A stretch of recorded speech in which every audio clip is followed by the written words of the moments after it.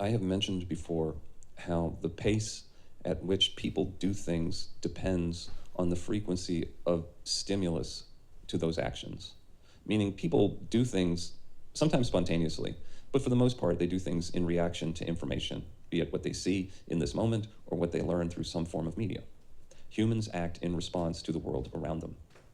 To the extent that technology has accelerated the flow of information, it has increased the pace at which human beings react to things, and thus it has accelerated the pace at which history is made. Additionally, we experience less time with this acceleration of information intake because the fraction of attention that we give to the moment is the complement in the mathematical sense to the other portion of attention that we give to mental content. And that fraction of attention that goes to mental content expands with our exposure to content in general. And so technology is increasing the pace at which our egoic structures grow. More information means more opportunities to become identified with ideas, and thus more opportunities to be triggered, and thus there is a thicker layer of conditioning to make relative that which in peace is experienced as the absolute, in the absolute. And that thing is the truth. The truth is like a light that grows the energy body. It's the spectrum with the optimal wavelength, and any lens of conditioning through which it shines diminishes it, potentially all the way down to the level of shame, which is the closest to death, according to Dr. David R. Hawkins. So this thickening of the dross through which reality is experienced, and it's a dream, really. So it's like a waking dream. It's a disconnection from reality that ironically makes people feel that the immersion of attention within it constitutes reality. So anybody who's actually present is disconnected from reality. This is the magic that's been worked on humanity. We have always been violent and greedy and lustful, and all the seven deadlies, they've always been there before this inflection point of technology that's accelerated these egoic structures. But beyond that, technology has allowed for the creation of like a narrative that constructs a world in people. So based on what people see through screens, they have an imagination about how the world is. And there's been sort of a uniformity of that in generations past due to the technological limitations. There's only so many outlets, and then you had gatekeepers, and they essentially formed the worldviews of people. And so you have some generations in recent past who had like more of a consensus around things. And now, just the abundance of content has spread the audience to the four winds. So it's harder to find overlap anyway. And there's just so many narratives. It's like a choose your own adventure. Like what was once something on like railroad tracks, like a story, it's now kind of a choose your own adventure. And like the algorithm will like take you anywhere, so you have all these like different flavors of ideological possession that are possible, and you can kind of just tell what people are exposed to, based on how they're talking and acting, because people will reliably, adopt the opinions that appear around them. Given enough time, they will. It's just, I think there's been a selection process in our evolutionary incubation, to be agreeable and just to go with the group, because people who didn't, they died. And so, we spent a much longer time in that condition of exiles dying than, now, like where an exile can potentially survive. So it's really more in us to seek consensus. And I would say, the more dependent the person is, really male, female, I guess is the only way I can put it. I would say women would tend to seek consensus more because they're more connected to the group and they're more survivable between groups. Males in a primitive sort of Hobbesian state, it's a little harder for them to transition between the groups. It really depends on the context. But women are more readily accepted just because of that. Just the dynamic, what men value versus what women value. So you would have more survivors. A woman who wasn't going to be agreeable, would less likely pass on those genes. So we've been like this before mass conditioning. Human unconsciousness, it's not a product of the conditioning itself, though the extremities of the expression is a function of the specific conditioning. It's the identification with something relating to other things that's the precursor to unconsciousness. It's near universal. In fact, to suggest that mind and body identification is anything but normal seems like insanity. But if sanity is a connection to reality, then constantly interpreting it through the lens of imaginary things is a disconnection from it. When you're driving down the road and somebody has a reaction that's clearly outsized relative to what happened, that thing was just the trigger, and the real gunpowder was the accumulated frustration of prior experiences. It's a product of delusion. The size of the reaction relative to the event, the portion of it that's just transference from previous frustrations is just delusion. Any presumption about other people's intentions is a product of this disconnection from reality. Regardless of whether or not our impressions about that person's intentions are correct, the act of running through the imaginary scenarios about that person or people gives you ideas about them, some for which they bear no responsibility. If you ruminate on somebody enough, you eventually start ascribing things to them that really aren't true. They're just things that you thought over and over again, perhaps, about their intentions. Just as in a murder case, the defendant's intentions have bearing on the appropriate punishment, another person's ideas about your intentions inform their ideas about you and what constitutes justice between y'all. People who are exposed to a curated narrative about another's intentions don't have a fair estimation of them. That's why it's good to be mindful of what people in institutions tell you about other people. If they tell you things that aren't true, and then you integrate those ideas into your thought loop, you start playing out false scenarios and imagining things about that person or those people that aren't true. They've just created a fictional character to project on a real person. They can just throw shit on that character all day and tell you how bad it stinks.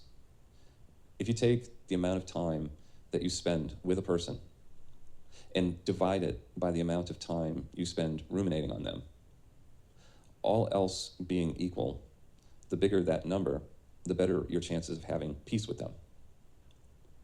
If you don't have any ideas about their intentions beyond what you can discern from your eyes in this moment, you'll actually be better equipped to interpret what those intentions are, because you won't be clouded with other ideas that must be countervailed with more evidence than it would take to inform a fair-minded person. Also, rumination is a disconnection from reality. It just kind of slows down the circuitry, from the time something happens to the time it appears in awareness and is reacted to. The more convoluted the thinking is, the more fragmented the attention, the less quickly there's a noticing and reaction anyway. You're just better equipped to observe when attention is fully aligned with the moment.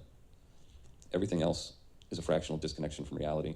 Presence is the warrior's path. Alignment with the reality of this moment appears as a disconnect from it when viewed through the lens of imaginary things. I don't want to call anybody out. This is a tiny channel, and it's nothing compared to other ones that are out there, but a really big one that has millions of people. He's like a licensed therapist or something. I'm not even going to say his name. But he has a video about Eckhart Tolle, who wrote The Power of Now.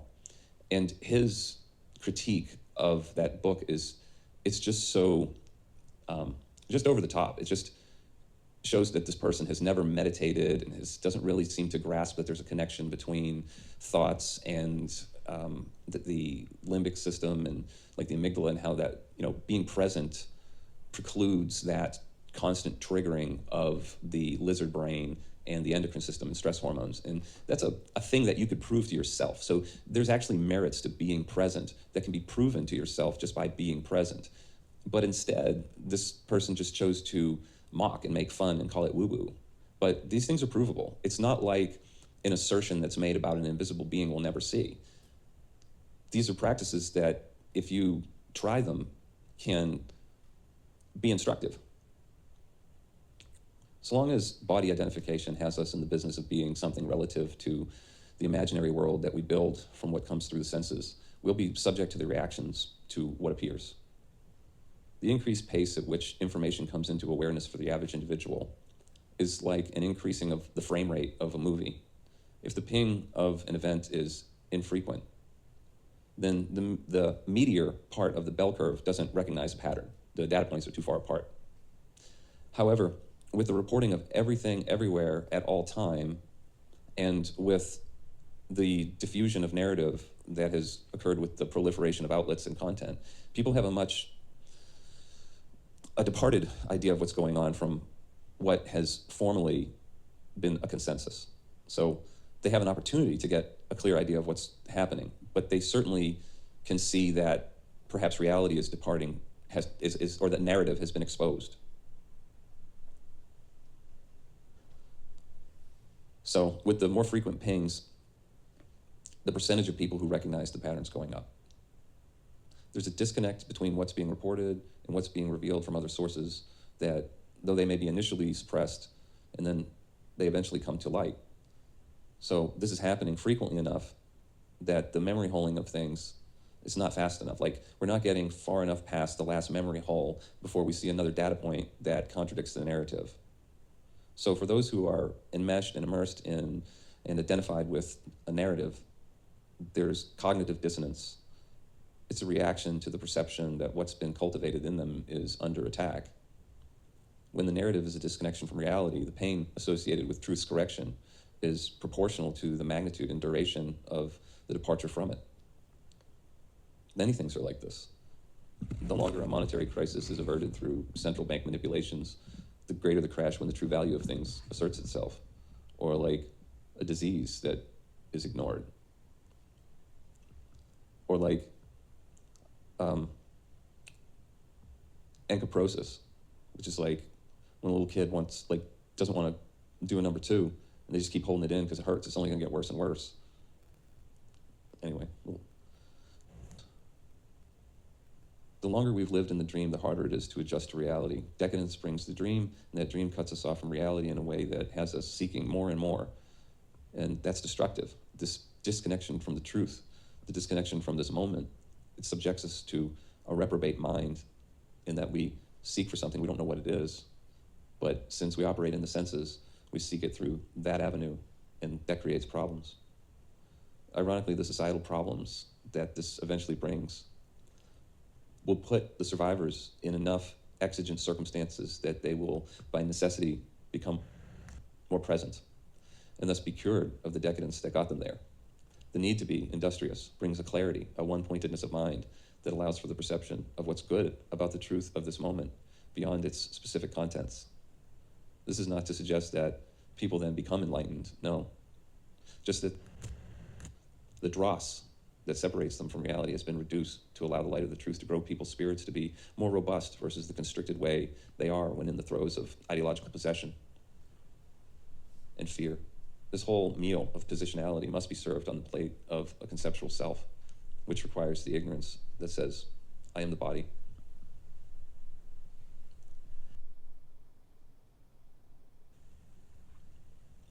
A lot of times I'm not 100% sure what I'm going to say when I start one of these videos. But I do know that the ability to do them requires a certain amount of solitude, a certain amount of expansiveness that's allowed by not being observed. I wanted to talk about something that's like a theme that I've been seeing a lot of videos lately, and that is like people have changed.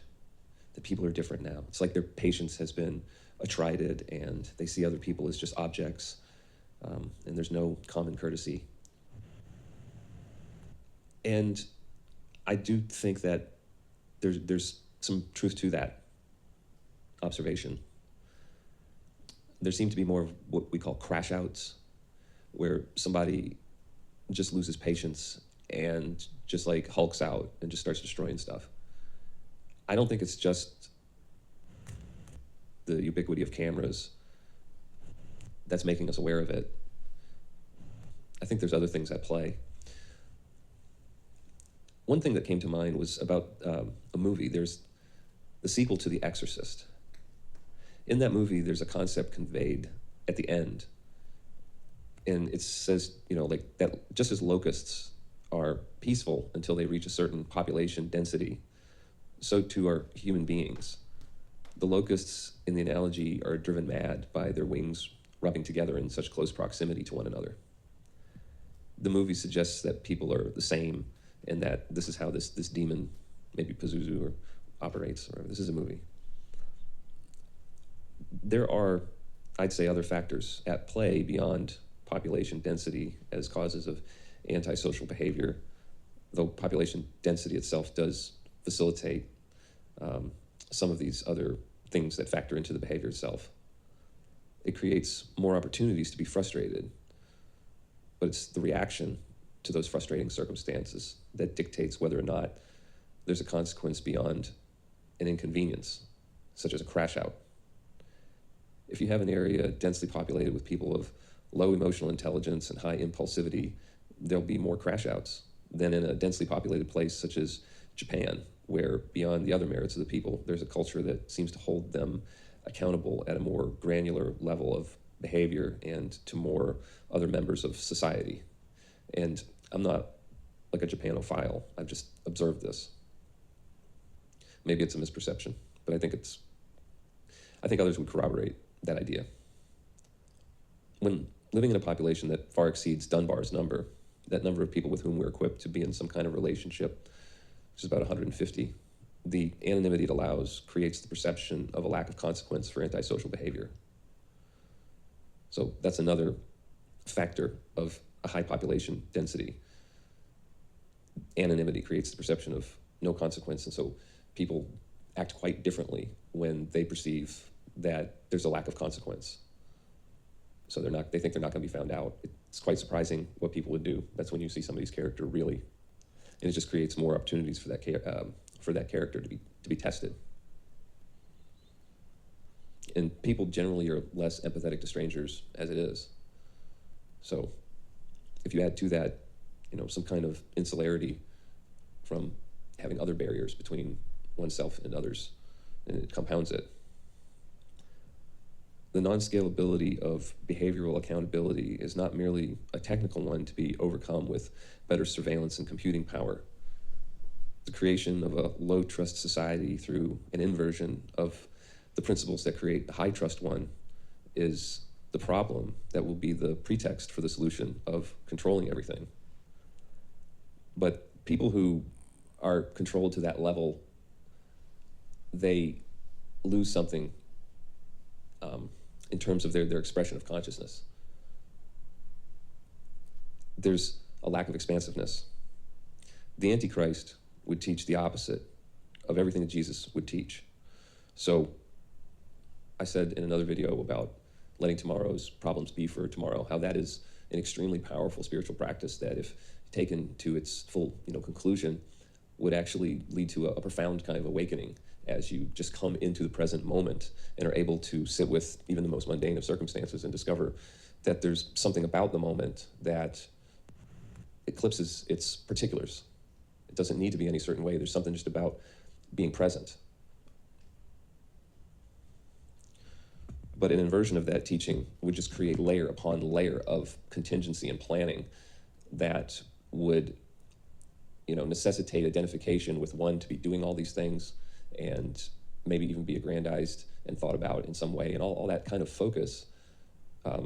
It forms this sort of lens through which reality is limited to the relative. Something is lost in that hemming of the perception of what is to how it relates to some conceptual person. Another inversion would be the opposite of Luke 12:24, where Jesus says to consider the ravens. They neither sow nor reap. They have neither storehouse nor barn, and yet God feeds them. If you invert all these teachings, you get the spirit of Antichrist, which seeks to control everything. And in that is a constriction of spirit. All of the essence, all the life force, if you will, just gets fed to like subtle entities in that state wherein everything needs to be controlled on behalf of this false self. It's like all the energy that flows from the headwaters of attention gets into these little subtle non-organic entities that pretend to be you, and they change your vibration and turn you into something that reacts violently to the prospect of inconvenience. This level of surveillance of which I'm speaking can give every individual the sense that they are perpetually under the microscope, and thus it will alter their behavior and state of mind in unanticipated ways, not good ones. I saw a funny video, and I think it was from The Onion, and this is just about being unobserved, but I think there's some truth to it. It was a fake news report on how a study showed that when people are alone, they're complete lunatics, and they showed candid, hidden camera footage of a guy in his apartment acting as if he was unobserved, and of course, he was doing all kinds of strange things that people might do when they were bored and alone, like making faces in the mirror or walking funny. This type of freedom to be yourself in a way where you're not observed and judged by people who ought not to be intruding on your privacy, it allows the creation of a lot more good things than the central planners may realize. There's another cost to constantly surveilling everybody if they can't just be themselves. In order to save our bodies from harm, at least this is the pretext, they would be phasing out a significant formative part of the human experience, the freedom to be in the expansiveness of being unobserved.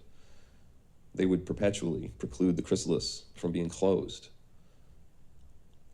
Being constantly scrutinized collapses down a person's options if they're self-conscious. It's a restriction on the freedom to be themselves without ridicule or other consequence, like an animal in the zoo. If people can't act naturally due to being constantly observed and scrutinized, they just become actors. To the extent that in ignorance we are identified with form and mental content, we are actors in the divine play. We're conscious of our role, but unconscious of being on stage. However, when the spirit of Antichrist holds sway, we are both conscious of our role and aware of being on stage. It is, as would be a world simulation, another layer to obscure the truth of things, a layer of control. The first layer that hides the truth is a subtle one, the one that comes between the expression of God's will and our perceiving of it, that lens of resistance to what is, that comes out of the idol of self, that layer that comes from the knowledge of good and evil, the binary that judges God's creation to be good or bad relative to that idol of self.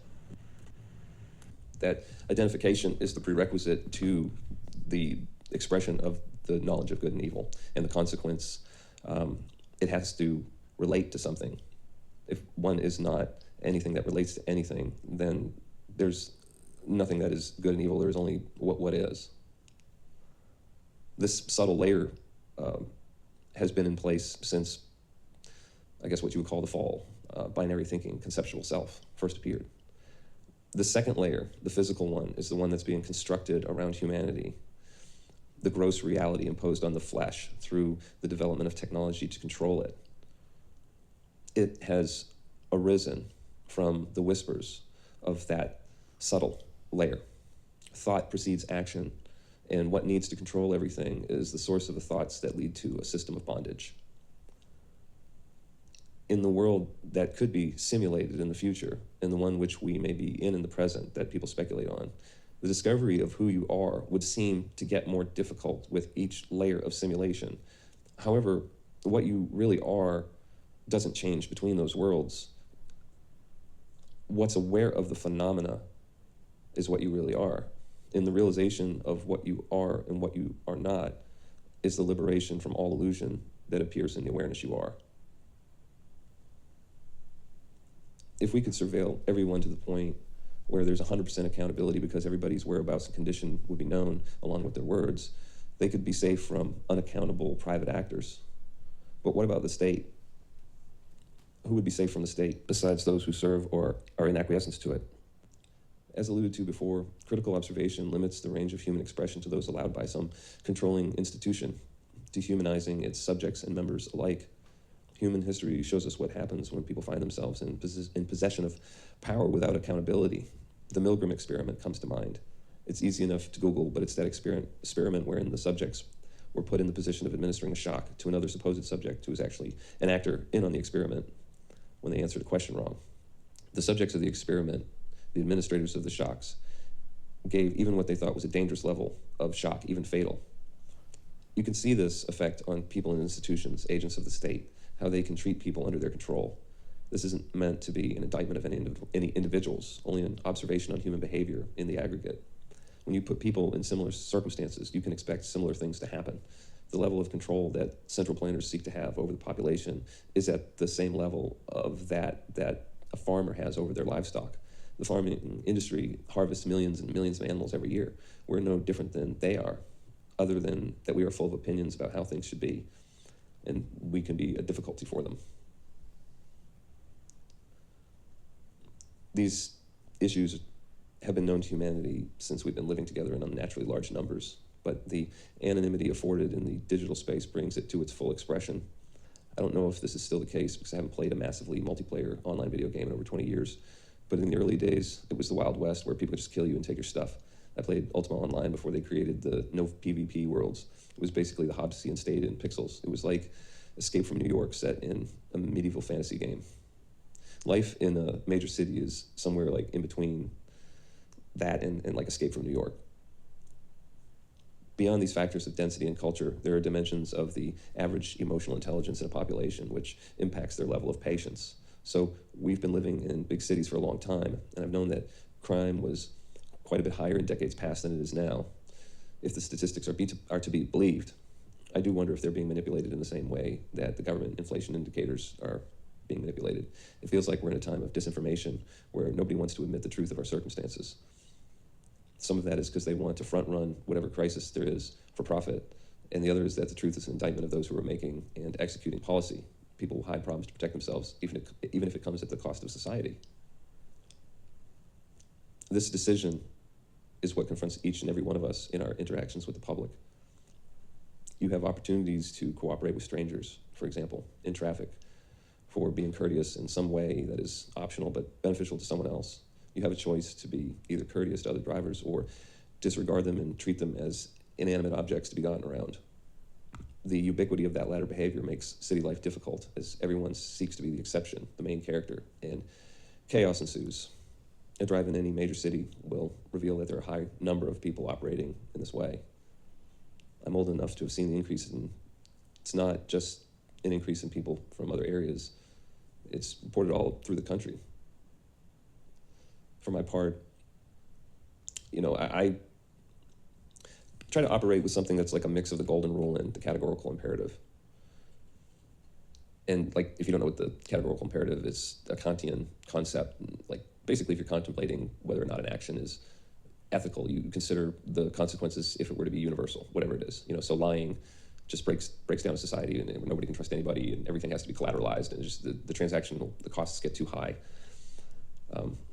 But that combined with the golden rule, so if everybody would do this, things would be more efficient. I'm not going to benefit myself to the tune of 1 minute and then cost like 10 other people 50 minutes. Back to the crime statistics, if there was a recent inflection point, like in the last 5 years, I'm not sure we would know, because a lot of crimes aren't being prosecuted. That's what I keep hearing. That's how it seems. And what can we really believe anymore? It's like you can't get anything done with a crime anyway. I work in a position that exposes me to the reality of certain types of crimes. I just have occasion to see them happen, and the response that's expected doesn't align with reality. It's like, especially if somebody's going through it for the first time, the expectation that there would be more official forces in motion to rectify the situation than there actually are. There's an expectation of that. It's like crimeflation has hit, as the relative magnitude of a person's loss has shrunk in the face of 2025 reality. It takes so much bigger an event in nominal terms to get the same response in real terms. Decades ago, the kinds of crimes that we see today, they were unheard of really, and if they happened, they would be national news. I know some big crimes make national news, but there just seems to be a lot of them, and at larger scale. Like in the old times, ones I could think of would be like Jonestown, but that was a cult thing, and that could have happened at any time in history, really. And I'm not in law enforcement. I'm just often in a position to see the aftermath of a fraud situation. Yeah, going back to those crimes, somebody I know had like a little bit of a sort of a connection to a big murder that happened up in New England in the 80s. And it was like 5 people were killed in a bowling alley. And that's enough, somebody would know what I'm talking about. It was in 1980. And this person had an interaction with the killer at some other point in the timeline. I don't know if it was subsequent to the killing and he just hadn't been caught yet, or if it was before the killing, but the killer was hired by this person to work in a restaurant. And at some point they were caught stealing, and the person's request to the manager was to just, not report it to the parole officer, because that would have a really big consequence for them. And so they didn't. They fired the guy, but they didn't report him. And that was that. And then at some point down the line, there was a newspaper article seen about what this man did, and he killed 5 people. And, you know, who's to say that something similar didn't happen in the lead up to that event? I don't know where in the timeline it happened. Of course, there's no way of knowing the future, or if somebody did something, you can't know. But anyway, that was kind of a scary story, you know. Moving back to the original topic, another thing that factors into the general level of incivility is the death of boredom. The death of boredom is the death of patience, and the death of patience heralds the dawn of crash outs. I guess just be here now. That's enough for now.